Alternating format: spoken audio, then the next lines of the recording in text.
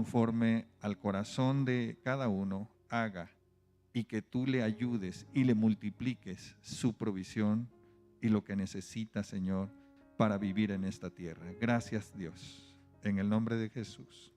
Amén, amén. Muy bien.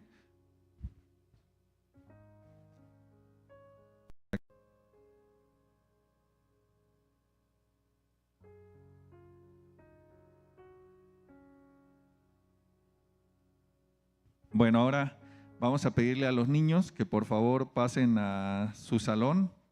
Ya los maestros lo estarán esperando o los están esperando.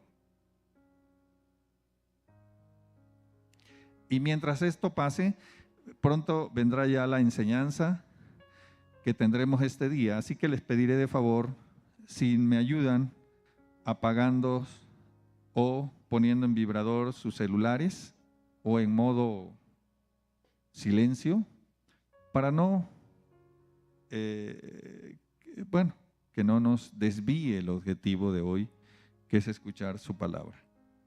Entonces, como saben, la palabra de Dios es un banquete para nuestra alma, para nuestro ser, para vivir, para entender, para comprender, para que su palabra nos guíe de manera correcta en nuestras decisiones todos los días y a cada momento.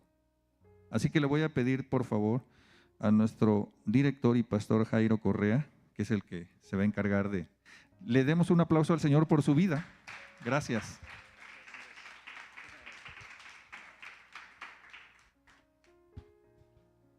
Muy bien, pues vamos a tomar este tiempo para seguir exponiéndonos a la palabra, ¿sí? Tenemos, como lo mencionaba Andrés, algunas actividades importantes este fin de semana y a veces pues hay fines de semana que tenemos que esforzarnos un poquito más, como este fin. Es el viernes la red de hombres, que realmente esforzarnos, porque a veces batallamos para decidirnos, pero la realidad es que somos muy bendecidos en estos tiempos que vamos a tener. Y la reunión que tenemos para primeros auxilios, puede venir cualquier persona que quiera tomar el curso, pero en específico estamos dando la instrucción a los que trabajan en áreas aquí en la congregación, como el equipo de decanes, los maestros que trabajan con los niños y también los voluntarios que están en el desayunador, pues que lo puedan tomar, ya que a veces pudiera haber alguna emergencia y poder estar preparados, ¿verdad? Pero si alguien más quisiera tomarlo con nosotros, es totalmente bienvenido. Tiene un costo de la persona que lo va a dar, sí cobra por persona, y básicamente eso es lo que se está pidiendo, ¿verdad? Lo que esta persona cobra por persona, y usted se puede anotar ahí con Vane.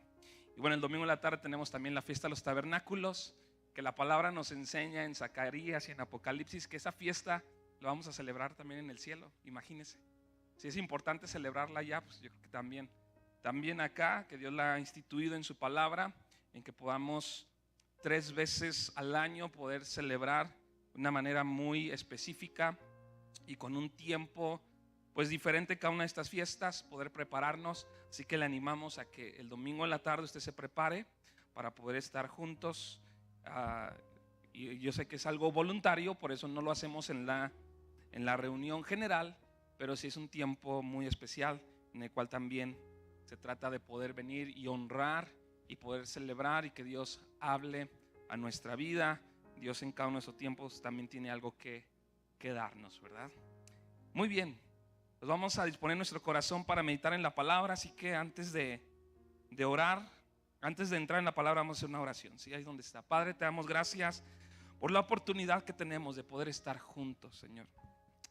Ayúdanos a que cada vez que vengamos a tu casa, Señor, a poder congregarnos, podamos venir con una actitud correcta, Señor.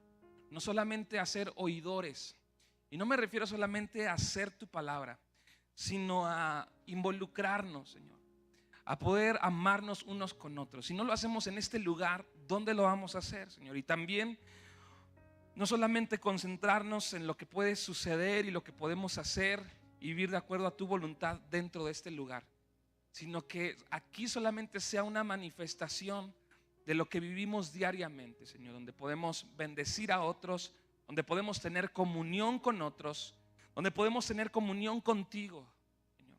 No solamente en este lugar, aún fuera, Señor, nos mantengamos conectados, viviendo, alabándote, adorándote, honrándote, y todo lo que hagamos aquí, Señor, en cada programa que tenemos aquí, Señor, solamente es una manifestación de lo que nuestra vida es delante de ti todos los días, Señor.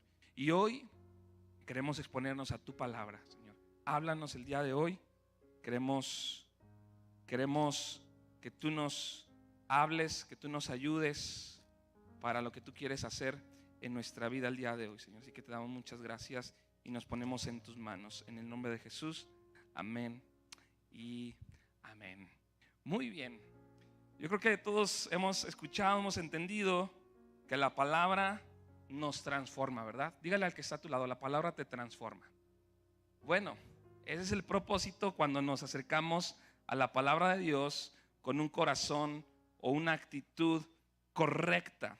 De hecho, Santiago, tenemos este ejemplo clarísimo, ¿verdad?, de la palabra, que habla acerca que es como un espejo. Cuando habla acerca de ser hacedores de la palabra, dice que es como un espejo. Entonces la palabra es como un espejo. Cuando tú te levantas en la mañana, ¿verdad?, y te arreglas, no sé, las mujeres se maquillan, los hombres nos peinamos, nos echamos gel y a lo mejor una cremita, ¿verdad? Sí. Pero hay quienes dicen, no, yo nada me pongo, nada me peino. Pero vamos al espejo, ¿verdad?, para que eso nos revele nuestra condición. Así que nos revela nuestras virtudes. Yo no sé usted cómo se mira al espejo, pero yo siempre que me miro al espejo sonrío, ¿verdad?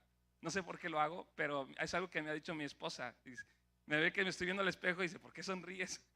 No sé, es una costumbre. No sé si a lo mejor alguien de aquí también lo hace, pero la realidad es que cuando nos miramos al espejo revela nuestras virtudes, ¿verdad? Pero también revela nuestras imperfecciones. Van pasando los años, ¿verdad? Y uno como que se va acercando más al espejo a ver cómo va la cosa. Así que la palabra de Dios tiene ese efecto en nosotros de poder revelarnos, claro que sí, nuestras virtudes, poder afirmarnos en la identidad que Dios nos ha dado, en lo que podemos estar caminando o practicando de la palabra de Dios para seguir perseverando con confianza, con fe, ¿verdad?, en lo que Dios nos ha mandado a hacer, pero también nos revela nuestras imperfecciones delante de Dios. Eso es lo que hace la palabra. Pero la meta de la palabra de Dios es que tú y yo seamos transformados. No solamente nos dice, hey, estás mal, sino nos da una palabra para poder ser transformados, para poder hacer un cambio de actitud. Esa es la meta final de Dios. La meta final de Dios es transformarte a ti, transformarme a mí. ¿Y transformarnos en qué? En el mejor Jairo, en el mejor Miguel, en el mejor Omar, no sé, ¿verdad? No, la meta es transformarnos a la semejanza de Cristo. Esa es la meta. Así que por eso la Biblia nos anima a poner nuestros ojos en Jesús. Él es nuestro ejemplo. Es a lo que debemos aspirar, a ser como Él. Pablo dice, ya no vivo yo, ahora Cristo vive en mí. Hasta ese punto Dios quiere transformarnos. Sí. Y de hecho cuando no solamente nos dice cambia, sino nos da su palabra y nos da su Espíritu Santo. ¿Nos da su qué? Su Espíritu Santo, porque sin esto es imposible que nosotros seamos transformados. El Espíritu Santo es el único que tiene la capacidad de producir frutos en nuestra vida. ¿Producir qué, muchachos? A los neón que están ahí, ¿producir qué? Frutos, ¿verdad? Producir frutos con el propósito de bendecir a otros. Y el fruto del Espíritu Santo en nuestras vidas, usted lo puede leer ahí en la palabra, ¿verdad? Paciencia, benignidad, inclusive fidelidad. Pero el fruto del Espíritu Santo en nosotros es el desarrollo del carácter en la vida de cada creyente a través del Espíritu. El fruto del Espíritu es el desarrollo del carácter en la vida de cada uno de nosotros, que se desarrolle nuestro carácter, ¿sí?, a través del Espíritu. Eso tiene que pasar en tu vida y eso tiene que pasar en mi vida. Y cuando no estamos viviendo eso, estamos haciendo otra cosa, fuera del propósito y del diseño de Dios para nuestra vida. Cuando tú no estás siendo transformado, cuando el carácter de Cristo no se está desarrollando en tu vida, entonces empezamos a hacer otras cosas religiosas, o nos salimos totalmente del propósito de Dios. Pero esa es la meta, esa debe ser como un ancla en nuestra vida de algo que debemos estar buscando constantemente, que sea Cristo en nosotros. Así que en el proceso, en este proceso de Dios, somos transformados. Y en este proceso Dios usa varias circunstancias. A veces usa el dolor, las pérdidas, las dificultades, pero su meta nunca es herirnos, ¿sí? Su meta nunca es ¿qué? Aunque a veces en los procesos somos heridos, ¿sí? Si no, veamos a Job, ¿verdad? Imagínate perder todo lo que tenía, y no solamente lo que tenía, sino sus hijos. Pero ese no era la meta de Dios, que Job perdiera, sino la meta de Dios era que Job fuera transformado y pudiera conocer a Dios. O como Jacob, hermano de Saúl, cuando peleó con el ángel, ¿verdad?, del Señor, dice que lo hirió. Pero la meta no era herirlo, sino la meta era transformarlo, ¿sí? Y esa hay que nosotros entenderlo, que nuestro caminar con Dios, estamos en un proceso de transformación, y que Dios está determinado en obrar en nuestra vida, y Él usará cada circunstancia por las que pasamos, buenas, agradables, complicadas, cualquier circunstancia, Él las va a usar para obrar y transformarnos. Aún en las cosas que pudieran parecer buenas, nosotros tenemos que tener cuidado, ¿sí? Yo me doy cuenta que en nuestro caminar con Dios vamos creciendo en algunas cosas. En una de esas es en la generosidad, porque ese es un atributo del carácter de Cristo. Es alguien generoso que dio todo, se dio a sí mismo. Entonces en nuestro caminar con Dios se va desarrollando esta virtud, ¿verdad?, de ser más generosos. Pero aún ahí a veces nosotros tenemos que tener cuidado de decir: Señor, no quiero que diga esto es porque yo soy generoso, sino es porque tú eres generoso, y tú eres generoso a través de mi vida, pero eres tú, es tu dirección. Solamente trato de honrarte, trato de obedecerte, y cuidamos todas estas partes para cuidar el proceso en el que Dios nos ha puesto. Así que cuando nos distraemos, cuando nos desviamos, qué maravilloso es Dios, ¿verdad? Que aunque nos ha llamado, ¿verdad?, a este proceso, a poder vivir de acuerdo a su palabra, a veces nos equivocamos, a veces fallamos. ¿Alguien ha tomado de repente otro rumbo totalmente diferente al que Dios quiere que lleves en tu día, en tu trabajo, en tu matrimonio, en tu familia? A veces tomamos otro rumbo, pero qué bueno es Dios que no nos desecha, ¿verdad? Que no nos dice: te equivocaste, ya no sirves. Qué bueno es Dios que nos vuelve a dar oportunidades de poder acercarnos, ¿verdad?, de poder seguir obrando en nuestra vida, y eso nos ayuda, es un recurso que Dios nos ha dado, su bondad, su paciencia, para poder perseverar y no descalificarnos, decirnos nosotros mismos, sino poder dar lugar a lo que Dios quiere de nosotros. Y entonces nuestra actitud puede ser una respuesta a su bondad. ¿Cuál respuesta? El arrepentimiento. El decir: Señor, tal vez sí me equivoqué, tal vez sí fallé, pero gracias por tu misericordia, porque estoy seguro que tú quieres seguir obrando en mi vida, y que tú no me has soltado a pesar de mis fallas. Pero la actitud es diferente a seguir fallando, a seguir tomando una dirección incorrecta, sino mi actitud es: Señor, ahora con tu gracia podré ser diferente, ¿no? Y qué maravilloso es cuando aprendemos a caminar en la gracia de Dios con un enfoque correcto, no como un permiso, ¿verdad?, para vivir el mismo estilo de vida sin cambio, sin transformación, en mis propias ideas, en mis propios principios, ¿verdad?, de morales, sino donde puedo aprender constantemente a depender totalmente de Dios, de su palabra y de su Espíritu Santo, para que entonces se produzca en mí algo genuino. Diga conmigo: algo genuino, ¿sí? Así que el llamado que tenemos es a poder perseverar, pero perseverar con una actitud correcta, con un enfoque correcto, en exponernos a la palabra para que Dios a través de su palabra y de su espíritu nos perfeccione. De hecho, Pablo le dice a los filipenses en el capítulo 1, versículo 6, estando convencido de esto, que el que en ustedes comenzó la buena obra, la perfeccionará hasta el día de Cristo Jesús. Que el que comenzó la buena obra, Dios, dile al que está a tu lado, Dios comenzó una buena obra en tu vida. Ahora dile, deja que la perfeccione. ¿Sí? Colabora en lo que Dios quiere seguir haciendo.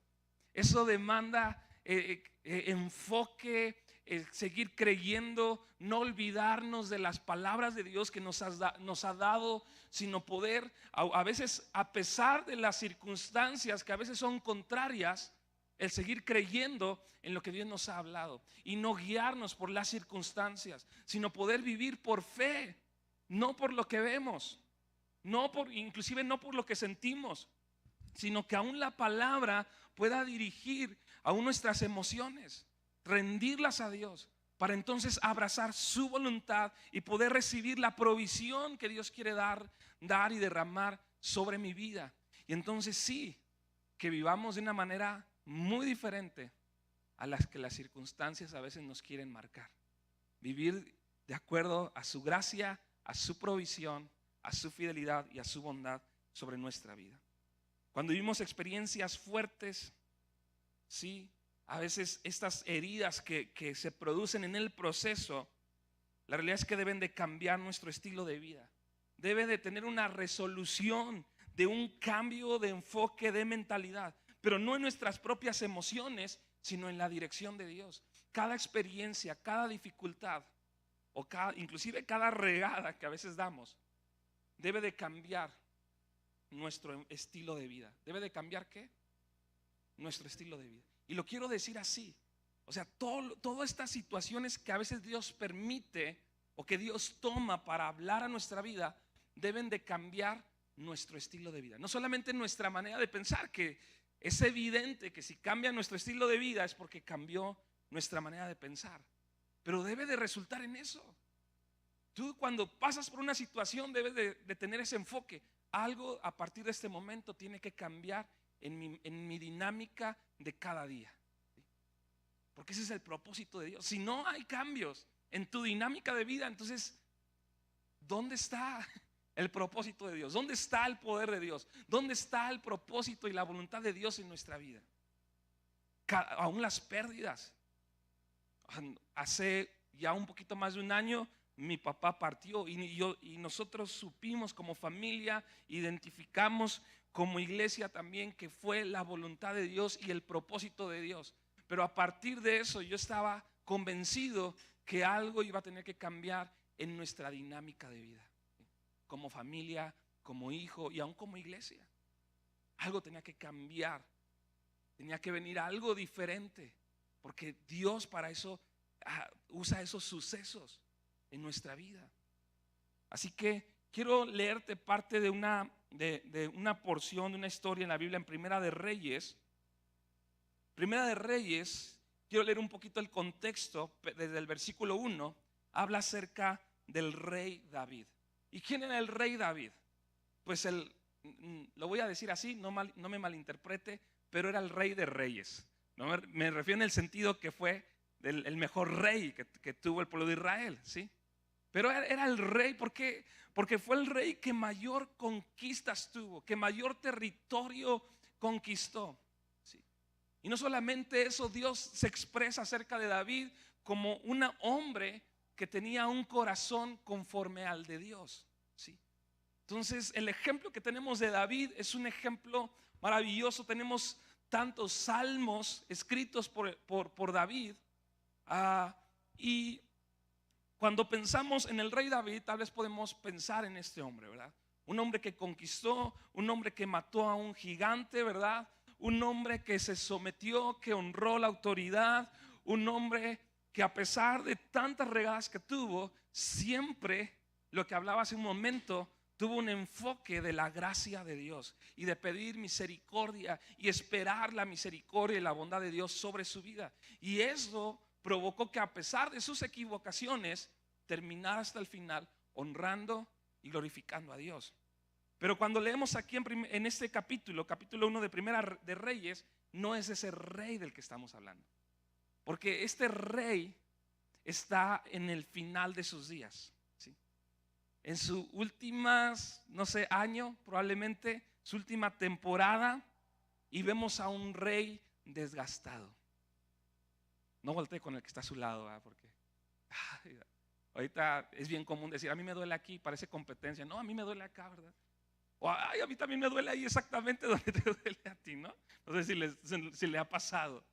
Pero ahí tenemos a un rey que han pasado los años, las batallas, y tenemos a un rey cansado. Dice aquí el versículo 1, cuando el rey David era viejo. ¿Cómo era? Viejo y avanzado en días, le cubrían de ropas, pero no se calentaba. Ahora, tenemos un rey viejo, y dice aquí, avanzado en días, y aunque dice en el Nuevo Testamento que aunque el hombre exterior se va desgastando, el hombre interior se va renovando. Es el propósito de Dios, ¿sí? Así que nuestra edad en Dios no tiene que ver con nuestra fuerza, nuestro enfoque. De hecho, la palabra nos anima a entre más vamos avanzando, más estemos renovados. Como Caleb, que igual al final de sus días, a lo mejor pudiera decirse lo mismo de Caleb, viejo y avanzado en días. Aún así, Caleb en el final de sus días todavía conquistó un territorio y una promesa que Dios le había dado, ¿sí? Porque a lo mejor por fuera el estuche se fue desgastando, pero por dentro dicen, pónganmelo, ¿sí? El reto, el desafío, pero yo voy por lo que Dios me ha prometido, ¿no? Que esa es una actitud muy diferente, una mente renovada, ¿no? Pero aquí tenemos a David, y cuando la Biblia especifica esto físicamente, también está hablando acerca de algo que está sucediendo en el corazón de David, ¿sí? Y dice aquí que le cubrían de ropas, pero no se calentaba.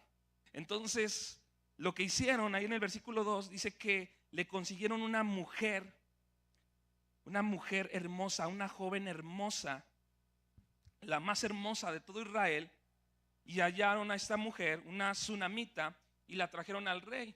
Y el versículo 4 dice, y la joven era hermosa y ella abrigaba al rey. ¿Qué quiere decir esto? Que en la noche, cuando más ocupaba calentarse, esta joven se acostaba con el rey, ¿sí?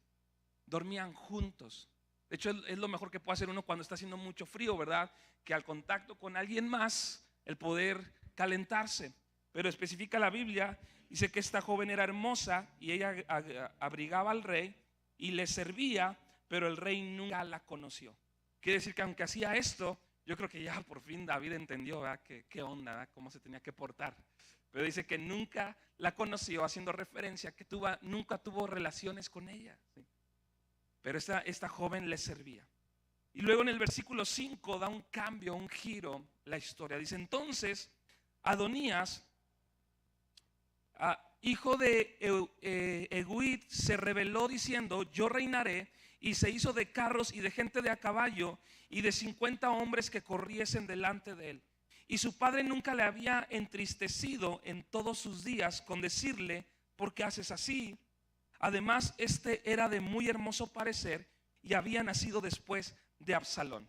Hace unas semanas compartí un poquito acerca de esto con los jóvenes, pero hablábamos acerca de este personaje, ¿sí?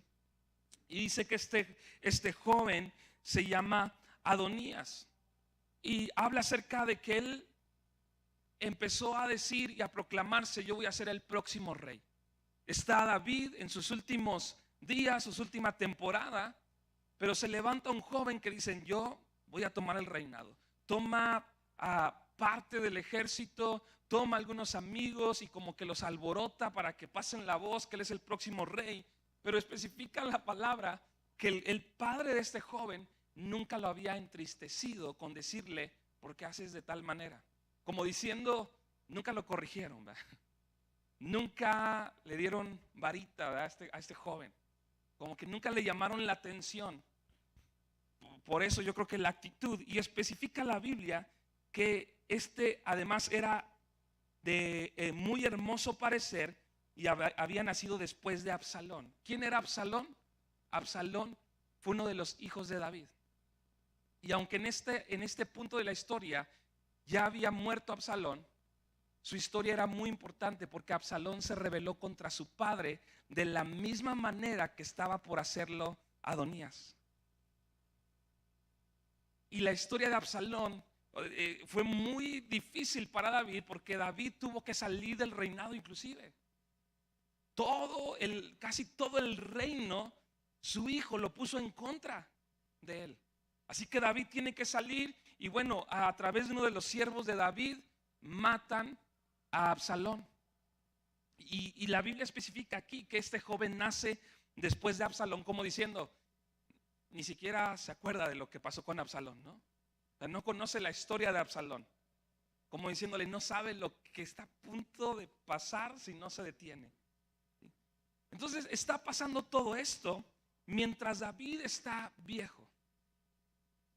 Y hablando espiritualmente, como que David está con un enfoque, ha perdido el enfoque de lo que tiene que suceder, a tal punto que no se está dando cuenta de lo que está pasando, ¿sí? O sea, como que ya dice, ya las batallas que peleé, ya hice demasiado, a lo mejor ya Dios en cualquier punto me lleva, a lo mejor nada más tengo que esperar. Y probablemente eso haya también hecho que su espíritu haya envejecido. Y cuando tiene esa actitud, pierde el enfoque y el discernimiento de lo que está sucediendo. Inclusive pudiera ser una última batalla, ¿no? Diciendo, ay, híjoles, yo creo que si fuera Caleb estuviera así como que, tráiganme a ese muchacho, ¿no? Pero David no se está dando cuenta de lo que está pasando. Así que en el versículo 10, dice que este joven hace una fiesta, ¿sí? Dice el versículo 9, y matando a Adonías ovejas y vacas y animales gordos, juntó a la peña de Zoelet, la cual está cerca de la fuente de Rogel, convidó a todos sus hermanos, los hijos del rey, y a todos los varones de Judá, siervos del rey. Fíjate, eso está pasando mientras David no se da cuenta de lo que está sucediendo, de lo que viene para su reinado. Versículo 10, pero no convidó, entendemos esa palabra, ¿verdad? No me convidaste, no me invitaste, no me hiciste participar. Pero este joven no convidó al profeta Natán, ni a Benaía, ni a los grandes, ni a Salomón su hermano. Entonces habló Natán a Betsabé, madre de Salomón. Estamos viendo aquí varios personajes bien interesantes, de verdad. Yo te animo a que leas todo este capítulo y toda esta historia, todo el libro de Reyes. Es como si estuvieras viendo una película. Pero dice aquí que mientras está sucediendo esto, no invitó en primer lugar a Natán, que no era un sacerdote, era un profeta, ¿sí? Pero tampoco invitó a los sacerdotes, ni invitó a los grandes, ni invitó a Salomón. Y cuando sucede esto, dice que Natán mandó a llamar a Betsabé. Y Betsabé, no sé si recuerdan cuando el rey David en tiempos de guerra se quedó en su casa y ahí pues sin hacer nada, porque lo que tenía que estar haciendo era estar en guerra, vio a una mujer y la codició y bueno, pecó con esa mujer, ¿verdad? Se acostó con esa mujer, después quiso encubrir su pecado y mandó traer al esposo que era un soldado, como para que en esos mismos días el esposo se acostara con su mujer y pues ahí saliera que pues el bebé se iba a ser de él, ¿verdad? Pero no le salió porque este hombre no se sentía bien, él estando en su casa con su mujer, disfrutando, mientras sus compañeros de guerra estuvieran allá muriendo. Entonces él se quedó en el palacio, nunca fue a dormir a su casa. Entonces David ahí planea cómo matarlo, así que lo manda, ¿verdad? Otra vez al ejército y les da la instrucción ahí que cuando esté la guerra en lo más fuerte, a él lo pongan hasta adelante. Y cuando lo pongan hasta adelante, lo dejen solo para que muera. Sí, bien tremendo, ¿no? Todo lo que planea acá, porque cuando decimos una mentira así nos pasa, ¿verdad? Después tienes que decir 2. Y después de esas 2 ahora tienes que decir otras 3, ¿no? Así le pasó a David. Y precisamente esta mujer fue Betsabé. Y tuvo un hijo con esta mujer. Dios trae ahí un juicio, ¿verdad?, sobre la vida de David. Este bebé muere, pero después Betsabé sigue, David toma la responsabilidad de esta mujer y se queda con ella, ¿sí? Al final es lo que tiene que hacer. Y de ahí nace Salomón. Qué tremendo lo que le decía hace un momento, ¿no? Como cuando nos equivocamos tan brutal, Dios no nos descalifica, ¿no? Porque estamos hablando de Betsabé, la mujer con la que pecó. Pero ¿hasta dónde alcanza la misericordia de Dios? Que puede cambiar si nosotros perseveramos y tomamos una actitud correcta. No, repito, no para seguir pecando, sino ahora para alinearnos en el propósito de la voluntad de Dios. Y nada más de ahí viene Salomón. Entonces dice que el profeta Natán habló a Betsabé, versículo 11, madre de Salomón, diciendo: ¿no has oído que reina Adonías, hijo de Ugit, sin saberlo David nuestro Señor? Ven pues ahora y toma mi consejo para que conserves tu vida y la vida de tu hijo Salomón. Y ve y entra al rey David y diles: Rey, Señor mío, ¿no juraste a tu sierva diciendo: Salomón tu hijo reinará después de mí y él se sentará en mi trono? ¿Por qué pues reina Adonías? Y estando tú aún hablando con el rey, yo entraré tras ti y reafirmaré tus razones. Entonces aquí viene algo importante que quiero hoy que se quede en nuestro corazón.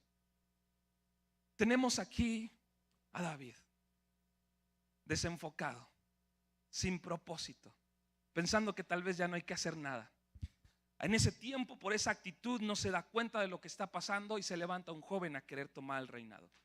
David y Dios, el propósito de Dios era quien continuara con su reinado, fuera Salomón. Así que precisamente este joven Adonías, a quien trata de que no se den cuenta, es al profeta. Pero el profeta entiende lo que está pasando, ¿sí? Tiene un discernimiento de lo que está sucediendo. Entonces hace una estrategia. ¿Hace una qué? Hace una estrategia. Y habla con Betsabé y le dice: ¿sabes qué? El rey David te había prometido que Salomón iba a reinar. Así que tú vas a ir y le vas a decir: ¿no me habías prometido esto? Y cuando estés tú hablando con él, yo voy a entrar y yo voy a reafirmar tus razones, lo que está sucediendo ahí. Así que ¿quién es Natán? Natán, cuando David y Betsabé pecaron, Natán es el hombre que va con David y lo confronta con su pecado. Ahora, a diferencia de otros hombres y otros profetas en la Biblia, Dios no habla con Natán específicamente de: ve y dile esto a David.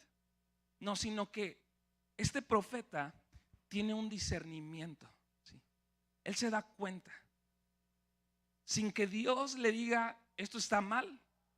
Él tiene un discernimiento de: aquí no está Dios, aquí nos estamos saliendo del propósito de Dios, ¿sí? Pero es ese Natán. No solamente era un profeta, sino era un amigo de David, ¿sí? Era un hombre que aconsejaba a David. Y el tipo de amigo que lo confrontaba, no con lo que, nada más diciéndole lo que quería escuchar David, sino lo que necesitaba escuchar David de parte de Dios, que en sus momentos era confrontarlo con las decisiones que estaba tomando, con el pecado. Ese Natán es el que estamos hablando. Ese Natán que provocó algunos salmos que escribiera David, como el salmo que escribe David cuando habla acerca del gozo de ser perdonados, ¿sí? Porque el propósito de que Dios nos perdone es que tú y yo tengamos un gozo, experimentemos una restauración y podamos ver la bondad de Dios sobre nuestra vida. Es ese profeta del que estamos hablando, el profeta Natán. Y el profeta Natán representa un espíritu profético, ¿sí? Y me gusta mucho este ejemplo porque a lo mejor no hemos escuchado mucho acerca de lo que tiene que ver con un espíritu profético en nuestras vidas, pero básicamente el espíritu profético lo que hace es que discierne lo que está mal, discierne lo que quiere ocupar a veces la voluntad de Dios, lo que quiere desplazar la voluntad de Dios, y viene con una palabra para llevarnos y asegurarnos a permanecer en la voluntad y en las promesas de Dios. Cuando tú recibes una palabra profética, no levantes tu mano, pero ¿quién ha recibido una palabra profética? No levantes tu mano. Pero la palabra profética no es como, no nada más es como algo bonito, sino viene porque seguramente hay algo que a veces nos quiere distraer.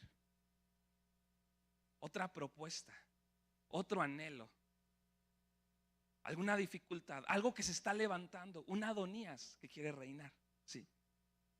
Y el espíritu profético viene a discernir eso para entonces planear una estrategia. Y muchas veces ahí es donde se da una palabra profética. Porque a veces decimos una palabra profética, ¿verdad? Y como que la vemos como como que nada más algo muy bueno, que claro es muy bueno, pero muchas veces no es porque todo marche bien. A veces simplemente es porque hay conflicto, hay dudas, ¿no? En nuestro corazón. Y Dios viene para darnos una palabra. Yo quiero hacer esto contigo. Te voy a llevar a tal lugar. Entonces eso afirma nuestro corazón y dice, entonces no me muevo. O a veces la palabra nos anima a movernos, ¿verdad? Ese es el espíritu profético, ¿sí? Y aquí está sucediendo esto. Y esta palabra profética, este espíritu profético nos ayuda en momentos donde cosas quieren levantarse para tomar el lugar del propósito y de la voluntad de Dios. Qué importante será, ¿no? Que Dios traiga a veces eso a nuestra vida. Que Dios traiga ese discernimiento sobre nuestra vida, nuestra familia, nuestro hogar, como congregación, para decirnos, hey, Dios nos quiere, y es muy bueno, ¿verdad? Porque nos enfoca totalmente. Dios quiere hacer esto, Dios quiere seguir obrando, Dios quiere seguir transformando tu vida, pero transformando tu carácter. Entonces no te distraigas, no te desenfoques, no tengas un espíritu viejo, ¿sí? Sino una mente renovada donde puedes seguir siendo transformado. Todavía hay algo que Dios quiere hacer en tu vida. Todavía hay más de parte de Dios. Y si tú y yo nos distraemos, si tú y yo dejamos de insistir, si tú y yo dejamos de perseverar, podemos perder lo que Dios quería hacer en tu vida y en mi vida, en mi familia, en tu hogar, en tus hijos. Qué tremendo, ¿no? Que por no entender lo que Dios quiere hacer en tu vida, pueda ser afectada la vida en tu familia, en tu hogar, de tus hijos. Pero qué bueno es cuando podemos tener esta dirección de Dios para cada uno de nosotros. Versículo 28. Versículo 28. Entonces el rey David respondió y dijo: llamadme a Betsabé. Y ella entró a la presencia del rey y se puso delante del rey. Y el rey juró diciendo: vive el Señor, que ha redimido mi alma de toda angustia, que como yo te he jurado por el Señor Dios de Israel, diciendo: tu hijo Salomón reinará después de mí, y él se sentará en mi trono en lugar mío, que así lo haré hoy. Wow, ¿no? Qué tremendo. Fíjate hasta dónde hizo la diferencia esta actitud. Bien por el profeta Natán, ¿no? Imagínate que el profeta Natán hubiera dicho: no, pues no es mi bronca, pues hay que él se las arregle. ¿A quién es al que le va a afectar? A él. Pero no nada más era a quien le iba a afectar, porque Natán le dice: tú tienes que hacer esto, Betsabé, porque si no lo haces, tu vida y la vida de tu hijo está en riesgo. Sí. Porque a veces pensamos que es cualquier cosa, que son dos opciones: o hago lo mío, me va bien, o hago lo que Dios quiere hacer, y pues a lo mejor me va bien, pero a la manera de Dios. Pero no. Cuando tú y yo nos salimos de la voluntad de Dios, siempre habrá un riesgo de muerte. ¿Sí? Siempre. Porque el propósito de Satanás, del enemigo, es venir a robar, es venir a matar. O sea, él no va a tirar a ver, bueno, si te descuidas, él va a querer aprovechar para arruinar y matar el propósito de Dios y la voluntad de Dios sobre tu vida. Ese es su propósito, robar el propósito, robar la voluntad, robar la bendición de Dios sobre tu vida, el fruto que Dios quiere ver en tu vida, el cambio y la transformación que Dios quiere ver en tu vida y que puede impactar y bendecir la vida de otros. Eso es lo que quiere el enemigo. Y es el riesgo que tomamos cada vez que nos salimos del enfoque de Dios, del propósito de Dios. Y yo quiero animarles a los jóvenes que están aquí. Yo quisiera que no se distraigan. Sí, de verdad, con todo mi corazón quiero animarlos a que puedan recibir. ¿Sí? Así que presten atención porque nos podemos distraer. Pero dice aquí que el rey David hizo esto. Con un espíritu viejo dejamos de discernir las tareas que Dios nos ha encomendado. Natán vio el desorden y trazó una ruta para restaurar la voluntad de Dios. Entendamos que hay cosas que no van a suceder nomás o nada más porque es lo que Dios quiere hacer. ¿Sí? Tú y yo tenemos la voluntad y el propósito de Dios para nuestra vida. Y esa voluntad y esa palabra de Dios no se va a cumplir nada más así, porque Dios la dijo. Tú y yo muchas veces vamos a tener que luchar para que se cumpla la palabra de Dios, la promesa de Dios sobre nuestra vida. Tú y yo vamos a tener que ser inteligentes. Tú y yo vamos a tener que crear estrategias con nuestros hijos. O sea, ahí tenemos que ser bien listos. En tu matrimonio, en tu negocio, tú tienes que crear estrategias para que se cumpla el propósito de Dios. Y muchas veces van pasando las cosas, van pasando los años en nuestra familia, con nuestros hijos, en nuestro negocio, en los proyectos que tenemos, sin estar buscando entender qué es lo que Dios quiere hacer, sin tener discernimiento, y muchas veces perdemos lo que Dios pudiera usar. Los proyectos, las nuevas habilidades que tú quieres desarrollar, muchas veces no marcamos estrategias, no le damos ni siquiera a veces propósito. Y por eso a veces tan fácil desistimos o tan fácil se pierde lo que Dios quería hacer. Y a veces seguimos en la misma condición. Pero tú y yo tenemos que levantarnos. Tú y yo tenemos que levantarnos en la voluntad de Dios. Y este es el tiempo al que Dios nos ha llamado. Sí. Es un tiempo donde sí, tenemos una promesa de Dios, que Dios quiere obrar, que Dios quiere darnos su gracia, que Dios nos ha dado su espíritu, que Dios nos está dando los recursos. Y yo estoy seguro que te estás enfrentando a oposiciones y a dificultades, pero tú tienes que decirle: Señor, dame tu sabiduría. Quiero tu sabiduría en medio de esto que estoy pasando, en medio de este desafío, en medio de este reto que tengo delante de mí. Dame tu sabiduría. ¿Qué puedo hacer? Y entonces cambie tu estilo de vida. No vivas de la misma manera, sino que pueda haber cosas que vayan cambiando, que te puedas acercar inclusive aquí a las personas indicadas. Tú tienes que tomar decisiones todo el tiempo. Todo el tiempo tú tienes que estar tomando decisiones de acuerdo al propósito de la voluntad de Dios. Los permisos que pides, los permisos que das,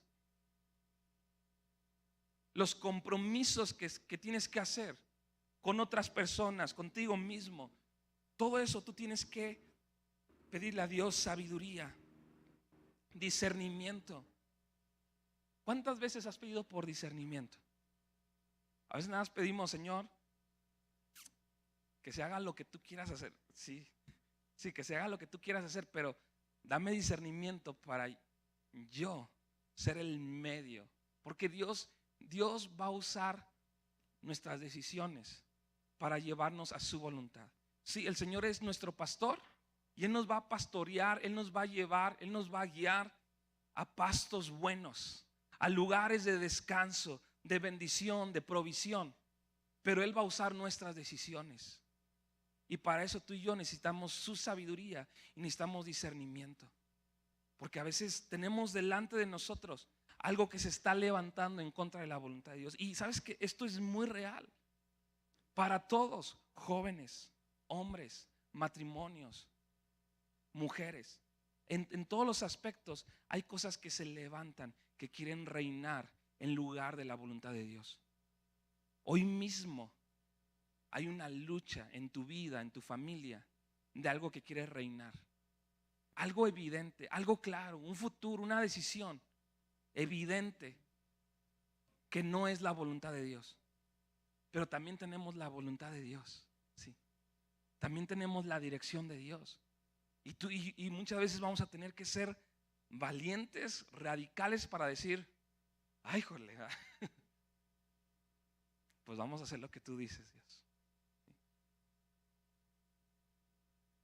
Voy a comenzar esto o voy a renunciar a esto para que lo que reine sea tu propósito y tu voluntad sobre mi vida. Y a veces tenemos que renunciar a ciertas cosas. A veces tenemos que renunciar inclusive a heridas. ¿Sí? A veces tenemos que renunciar a juicios en nuestro corazón para que reine la voluntad y el propósito de Dios. Y hasta que no tomemos esa decisión, va a haber una contienda. ¿Sí? Pero tú tienes que llegar hasta que el rey diga, así como dije, así se va a hacer. Porque estoy viendo que tú estás dispuesto. Que tú estás dispuesto a seguir mi voluntad. Lo único que el rey estaba esperando, y lo único que yo estaba esperando, es que se levantara Betsabé. Sí. Entendiendo cuál era el propósito de Dios, pero aún inclusive entendiendo cuál era el riesgo. ¿Sí? Híjole.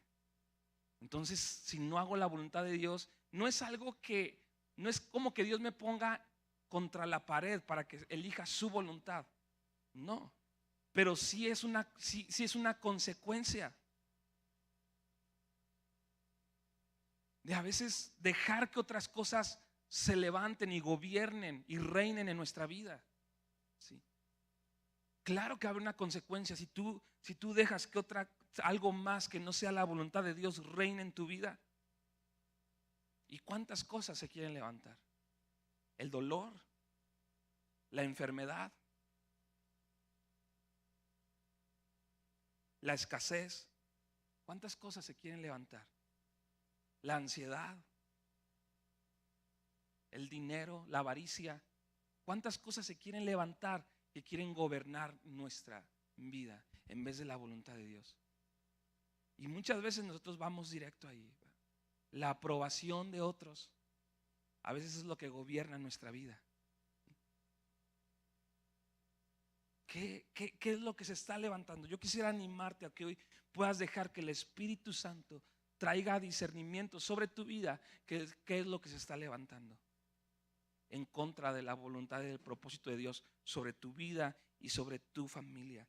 Ahí mismo, Primera Reyes, en el versículo 30 y 32, dice: y el rey David dijo: llamadme al sacerdote Sadoc, al profeta Natán y a Benaía, hijo de Joiada.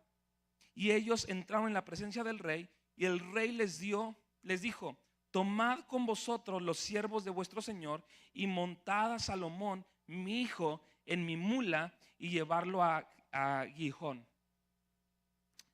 Y ahí está ahí Salomón, ¿verdad? Yo creo que Salomón ni en cuenta, ¿verdad? Porque Salomón era el junior, ¿no? En ese momento. Ahí entra porque era parte del propósito de Dios. Pero Salomón no estaba haciendo nada. Por eso como que, a ver, tráiganme ahí a mi hijo, ¿verdad? Como muchas veces Dios nos encuentra, ¿verdad? Como muchas veces Dios nos llama, totalmente a veces desenfocados, pero de repente en un mover de Dios viene una palabra de voy a hacer esto y esto y esto contigo. Y es como, Señor, si yo estaba aquí en mi negocio, ¿no? Y Señor, si tú quieres hacer reír a Dios, cuéntale tus planes, ¿sí? De verdad, así pasa. Porque a veces ni nos damos cuenta de qué es lo que Dios quiere hacer en nuestra vida. Y eso es algo que me anima, ¿sí?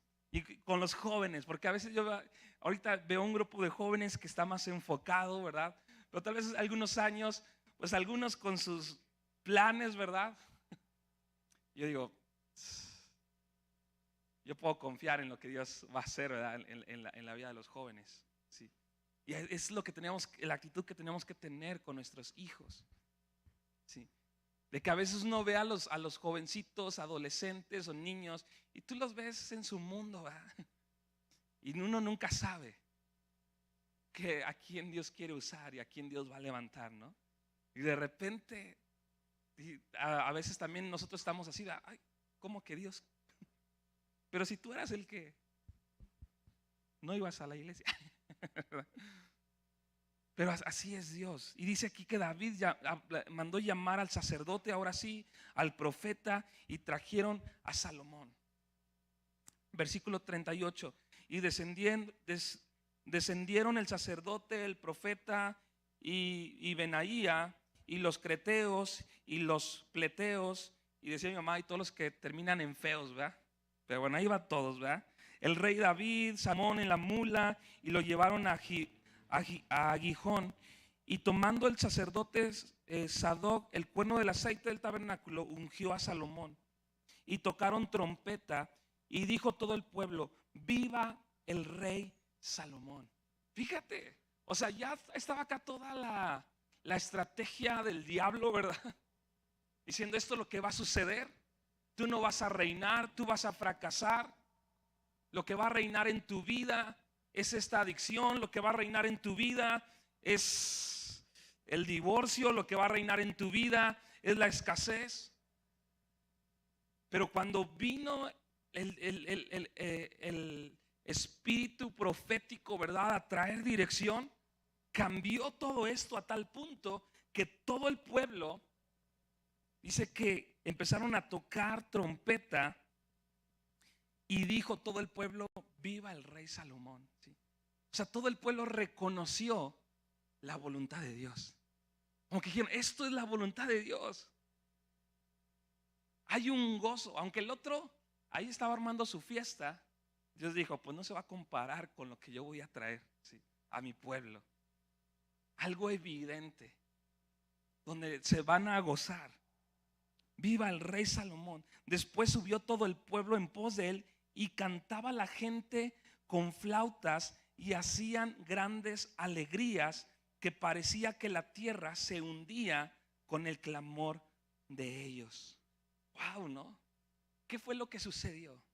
Se restableció el gozo. Diga conmigo, se restableció el gozo. Porque vino a restaurarse lo que era la voluntad de Dios. Vino a restaurarse lo que era genuino. Quería venir algo a tomar un lugar, algo falso, ¿sí?, que era Adonías. Pero cuando vino el discernimiento y vino la estrategia y se aplicó esa estrategia, se establece lo genuino. Y cuando se establece lo genuino, se restablece el gozo. ¿Se restablece el qué? Se restablece el gozo. Se restablece el gozo. Por eso la religiosidad nunca podrá traer un verdadero gozo, porque es la imitación. La religiosidad es la imitación del propósito de Dios. Pero cuando se establece lo genuino, una verdadera relación con Dios, una verdadera comunión con Dios, una verdadera comunión unos con otros, se restablece el gozo. Y Dios tiene que venir a veces a restaurar esa parte de nuestras vidas. Cuando se restablece el propósito de Dios como hombres, como mujeres, como matrimonios, como hijos, viene el gozo. ¿Cómo no va a venir el gozo? Claro que viene el gozo. Hay hombres que han hecho avanzar el reino de Dios. De hecho, yo considero que en lo personal yo vengo de una generación que vio a hombres avanzar el reino de Dios, ¿sí? Y yo puedo identificar, de hecho, me gusta mucho escuchar al pastor Felipe, porque él muchas veces menciona a ciertos hombres, ¿sí? Y él los pone así como, es que el hermano Will Myers, los doctores Pardillo, ¿verdad? Hablan acerca de la visión, la influencia, lo que Dios ha hecho a través de los años, a través de la vida de estos hombres y otros que él menciona. Pero yo creo que viene un tiempo donde Dios no va a usar solamente a hombres, sino Dios va a usar a la iglesia, ¿sí? ¿Y sabes cómo va a suceder esto? Cuando se restablezca lo genuino en nuestra vida, ¿sí? Cuando se restablezca lo genuino, cuando en tu vida hay algo genuino de Dios, entonces como una consecuencia va a venir la influencia de tu vida sobre la vida de otros. Porque ¿quién no busca lo genuino? ¿Quién no quiere algo genuino en su vida? ¿Quién no quiere un cambio genuino? Es más, yo creo que algo que ha estorbado muchas veces es que cuando hay algo falso en la vida de los papás en cuanto a su caminar con Dios, los hijos no son impactados. Todo lo contrario, los hijos son dañados cuando ven falsedad, ¿sí?, en la vida de los padres. Y lo toman como una excusa, como un pretexto, ¿sí? Ahora, si tú eres joven, ¿verdad? Y a lo mejor estás en una situación así con tus papás, no debe ser una justificación para que eso te dañe. Más bien tú sé genuino, ¿verdad? A lo mejor Dios te está dando la responsabilidad a ti, porque así sucede en algunas familias, que a veces la responsabilidad primeramente viene por los hijos, de poder mostrar lo genuino de Dios y no esperar a que algo pase en la vida de sus padres. Pero si tú eres papá, tú tienes una gran responsabilidad de poder manifestar algo genuino en tu familia, en tu hogar, con tus hijos, para que se restablezca el gozo en tu familia, ¿sí? ¿De qué se benefician tus hijos de que tú eres hijo de Dios si tu vida, tu estilo de vida es la misma? Si no hay un cambio de estilo de vida, si sigues viviendo de la misma manera, ¿de qué se benefician tus hijos? ¿Hay un testimonio para la vida de tus hijos? ¿O siguen viendo a un papá enojón, iracundo, preocupado, a una mamá preocupada, estresada, lastimada, herida? ¿De qué se benefician tus hijos de que tú estás caminando con Dios? Y si tú eres un joven, ¿verdad?, que todavía estás en casa con tus padres, ¿de qué se benefician tus padres? Se tiene que restablecer lo genuino, una fe genuina. Diga conmigo, fe genuina. Dios quiere establecer lo genuino en la alabanza. Porque muchos no adoran porque a veces no ven algo genuino. En la predicación, Dios quiere restablecer lo genuino en la predicación. Dios quiere restablecer el servicio, el servir a Dios. Pero ¿por qué a veces no hay una influencia en la vida de otros de poder servir, de poder comprometerse? Bueno, porque muchas veces estamos sirviendo de una manera religiosa, en nuestras fuerzas, juzgando, o para decir yo sí hago y tú no estás haciendo. Y juzgamos a otros en vez de tener misericordia. Dios quiere restablecer lo genuino en nuestro servicio, en el evangelismo. ¿Por qué batallamos tanto para evangelizar? Porque muchas veces no hay algo genuino. ¿Y cómo vas a poder compartir algo que no es genuino? ¿Con qué libertad compartes algo que es falso? Claro que no. Pero cuando es genuino, hasta presumimos, vea, vele ahí dice. Eso es lo que Dios quiere hacer. Te lo tienes que tomar en serio. De verdad, que Dios obre en nosotros para que se establezca lo genuino, una fe genuina. La fe genuina sirve para inspirar a otros. La fe genuina sirve para alcanzar a otros. ¿Sabes para qué sirve una fe genuina? Para bendecir y transformar tu casa. ¿Tú quieres que tu casa, tu familia sea transformada? Lo que necesitas es una fe genuina. Que tu familia y tus hijos sean transformados. necesitas una fe genuina. Una fe genuina sirve para que tus amigos sean transformados, para que tus compañeros de trabajo sean afectados y transformados. Me encanta cuando Pablo habla a Timoteo. Yo creo que hemos escuchado ese versículo en 2 Timoteo 1:5, donde dice: recuerdo la fe no fingida, ¿verdad? Trayendo a la memoria la fe no fingida que hay en ti, la cual habitó primero en tu abuela Loida y en tu madre Eunice, y estoy seguro que en ti también. Fíjate lo que le dice Pablo: traigo a la memoria la fe no fingida, la fe genuina. Dice, pero esta fe que primero habitó en tu abuela y después habitó en tu madre. Ahora, la fe no se hereda, ¿sí?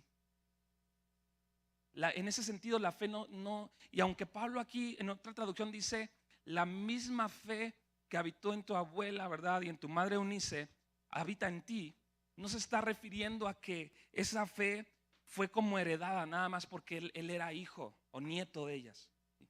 Sino habla acerca de que nuestra fe puede inspirar a otros, ¿sí? Y en particular como familia, nuestra fe marca un camino y nos desafía. La verdad es que, por ejemplo, ahora que no está mi papá, muchas veces, no sabes cuántas veces me ha inspirado la fe que él tenía para tomar decisiones ahora. No es que me haya heredado su fe, porque cada quien necesita tomar una decisión, y a veces hay hijos que, aunque son hijos de hombres que creyeron y confiaron y vivieron en fe en Dios, vemos a hijos que están totalmente desconectados, ¿sí? Con otro rumbo totalmente diferente.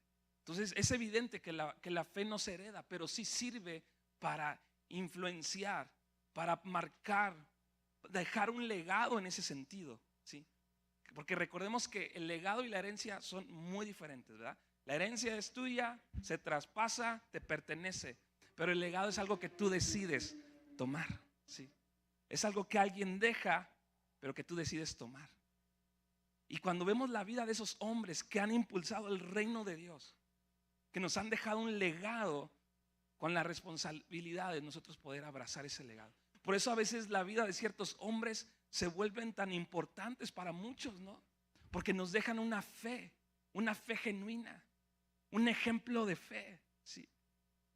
Un ejemplo de fe para servir, para dar, para creer, para confiar en Dios. Y eso es lo que debe de suceder en tu vida y en mi vida. Ahí en 1 Timoteo, estoy ya terminando, 1 Timoteo capítulo 1. 1 Timoteo capítulo 1, igual versículo 5, entra allí. Ahorita leí el capítulo 1, versículo 5, pero de 2 Timoteo.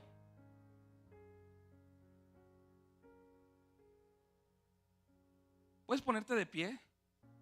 Yo quiero leerte lo que Pablo le sigue diciendo a Timoteo, pero en la primera carta. 1 Timoteo capítulo 1, versículo 5 dice: el propósito de mi instrucción, ¿de qué? ¿Se dan cuenta que es un espíritu profético? ¿Sí? Porque la instrucción es una estrategia de identificar algo que se quiere levantar en contra del propósito de la voluntad de Dios. Y Pablo le está hablando a Timoteo.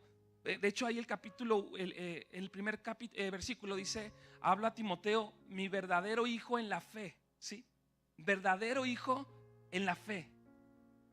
Y inmediatamente después de eso, Pablo empieza a tratar un tema con Timoteo de personas que empiezan a tener una fe fingida, una fe falsa, que se han levantado no como hijos verdaderos, sino como hijos, personas que parecen que son hijos, pero hay algo falso en ellos. Y dice aquí, el propósito de mi instrucción es que todos los creyentes sean llenos del amor que brota de un corazón puro, de una conciencia limpia y de una fe sincera. Pero algunos no lo entienden, se desviaron de estas cosas y pasan el tiempo en debates sin sentido. Porque cuando no vivimos lo genuino, damos lugar a cualquier cosa y a cualquier tontería. Y a veces estamos metidos en eso, ¿va? Tratando de buscarle, ¿cómo dice el dicho? ¿Va? 3 pies al gato, ¿va?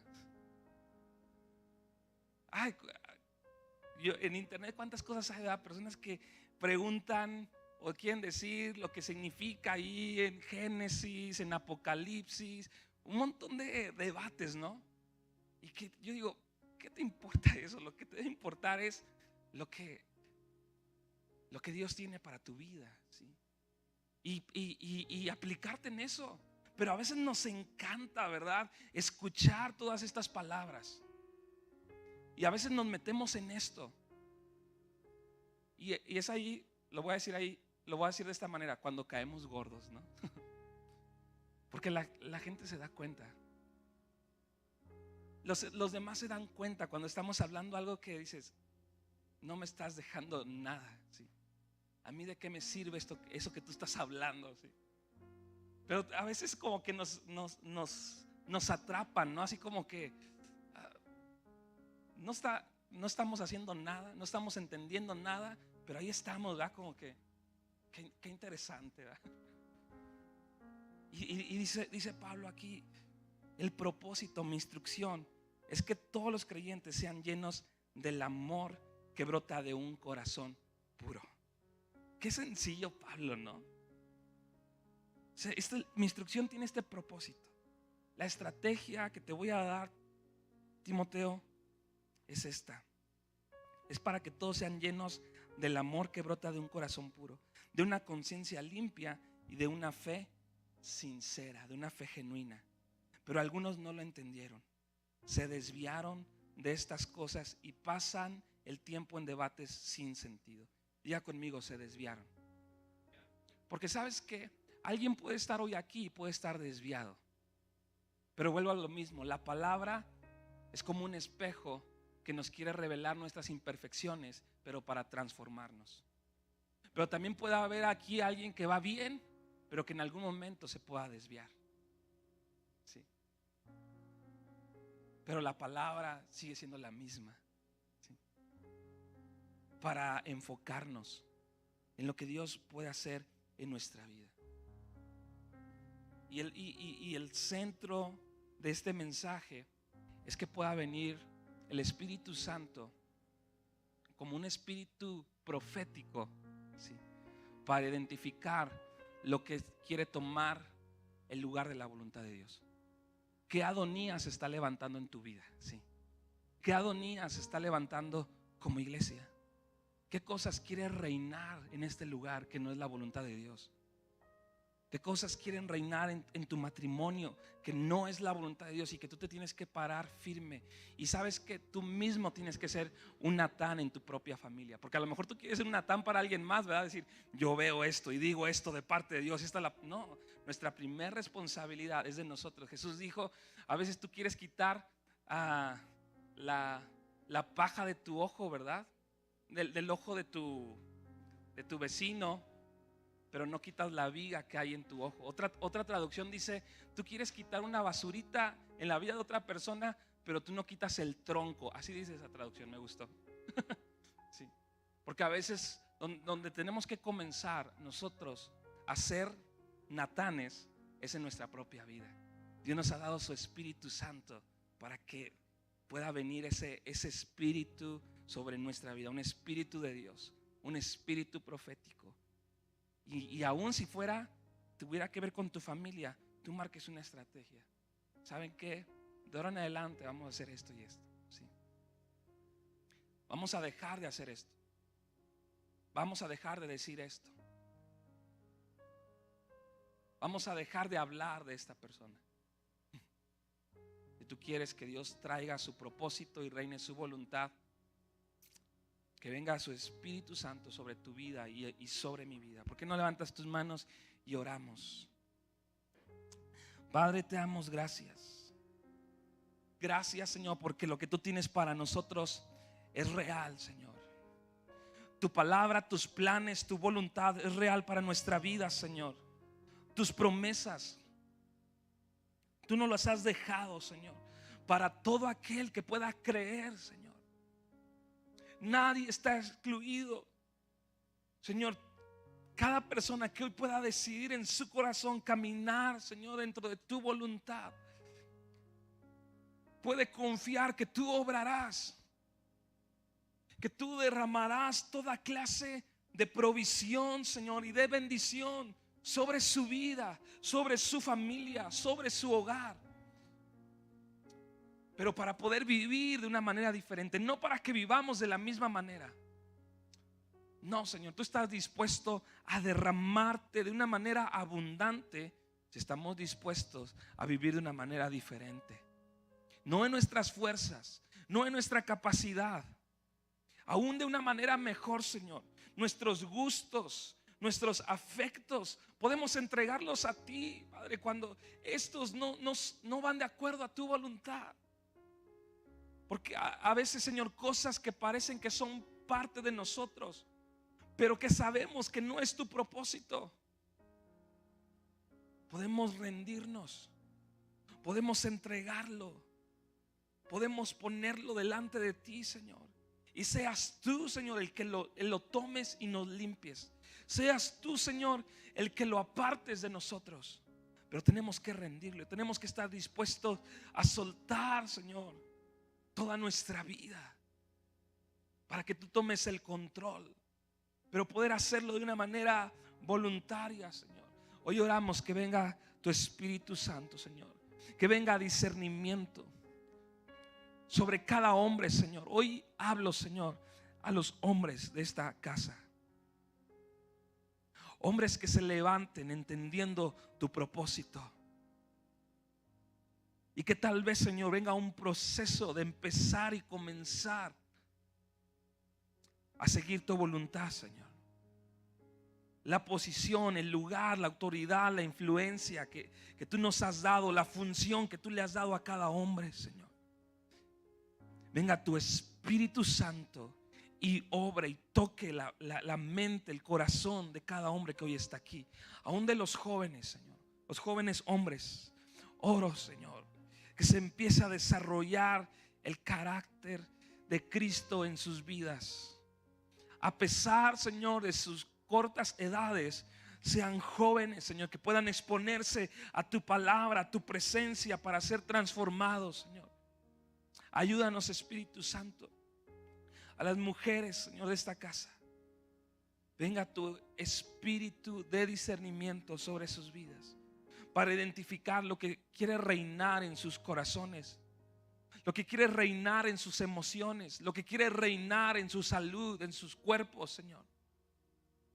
Y venga tu orden, Señor. Ese orden aún se va a manifestar en lo físico, en los desórdenes, Señor, físicos que a veces hay, para traer un orden de parte tuyo, Señor, a través del discernimiento.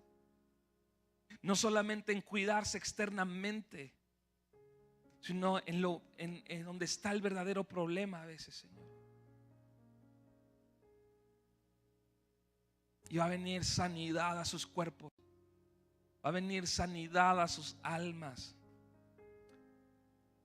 va a venir orden, Señor. Tú vas a traer orden y vas a restablecer lo que es genuino, nuestra adoración, Señor, nuestra alabanza, nuestra comunión, nuestra proclamación, Señor. Y se va a mover un espíritu profético, Señor, en esta casa. Se va a mover un espíritu profético, Señor, sobre nuestras vidas, en el liderazgo, Señor, los maestros de niños, en el desayunador. Espíritu Santo, es a donde tú nos quieres llevar para entender tus planes, entender a veces donde el enemigo quiere levantarse y poder cerrarle toda puerta, poder cerrarle toda oportunidad. Y siempre estar confiando que lo que reina en nosotros eres tú, es tu palabra, son tus promesas, es tu propósito, Señor. Ya no más, Señor, a lo que se ha querido levantar. Ya no más a lo que se ha querido levantar, Señor, en contra de tu voluntad. De una manera sobrenatural, de una manera espiritual, Señor. seremos prosperados.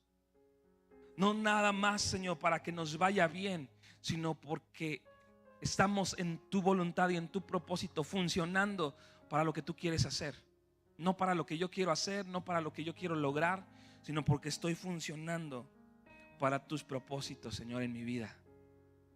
Vas a prosperar, Señor, la vida, Señor, de cada persona que hoy está aquí entendiendo tu palabra, abrazando tu palabra, exponiendo su corazón, rindiéndose, Señor, a lo que tú estás hablando a través de tu palabra.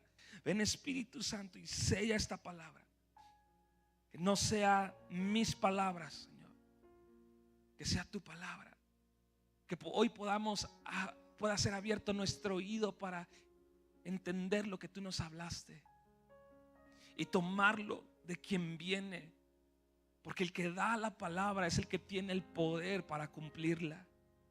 El que hoy nos está hablando es el que tiene el poder para acompañarnos, para levantarnos, para ayudarnos, para sostenernos, para abrirnos un camino. Y es como queremos tomar tu palabra, Señor, todo el tiempo, de parte de ti para nuestra vida. Quebranta todo orgullo en el nombre de Jesús, en mi vida y en la vida de cada persona donde se quiera levantar. Se quiera levantar el orgullo, Señor, para estorbarnos. Quebranta, Señor. Podamos humillarnos si es necesario. Humillarnos delante de ti, Señor. Gracias te damos, Señor. Gracias porque nos bendices, Señor. Gracias. Vamos, levanta tus manos un momento y comienza a darle gracias a Dios. Gracias a Dios por su fidelidad. Gracias a Dios por su cuidado. Gracias, Señor, por lo que estás haciendo. Si está ahí tu familia, tu hijo, tu hija, tu esposo, tu esposa, tómalo de la mano. Si está tu amigo, pon tu mano en su brazo y demos gracias por lo que Dios está haciendo en medio de nosotros. Padre, hoy damos gracias porque nos has dado una palabra como iglesia, como congregación. Aunque cumple un propósito individual en cada uno de nosotros, también viene, Señor, y nos prepara como familia, como congregación. Ayúdanos, Señor, a que esta palabra, si la desenfocamos, puede traer juicio, puede traer maldición, pero si la tomamos con la actitud correcta, puede traer unidad, puede traer bendición, puede traer misericordia, puede hacer crecer nuestra fe. Ayúdanos, Señor, y te doy gracias. Gracias por cada uno de los que hoy estamos aquí. Gracias por cada persona, Señor, que hoy pudo congregarse juntamente con nosotros para alabarte, para adorarte, para honrarte y para poder escuchar tu palabra, Señor. Y que podamos ser testigos de tu poder en medio de nosotros. Que podamos ver tu poder y tu gloria, Señor, en la vida de cada uno de los que estamos aquí, actuando, Señor, en nuestras vidas. Gracias por lo que vas a hacer esta semana, Señor. Gracias por lo que vas a hacer en estos días, Señor. Quita toda carga en el nombre de Jesús. La ponemos delante de ti. Venga tu paz, venga tu gozo, Señor. Venga tu gracia. Venga, Señor, tu amor, tu consuelo. Venga esperanza en el nombre de Jesús. Te damos gracias. En el nombre de Jesús te bendecimos.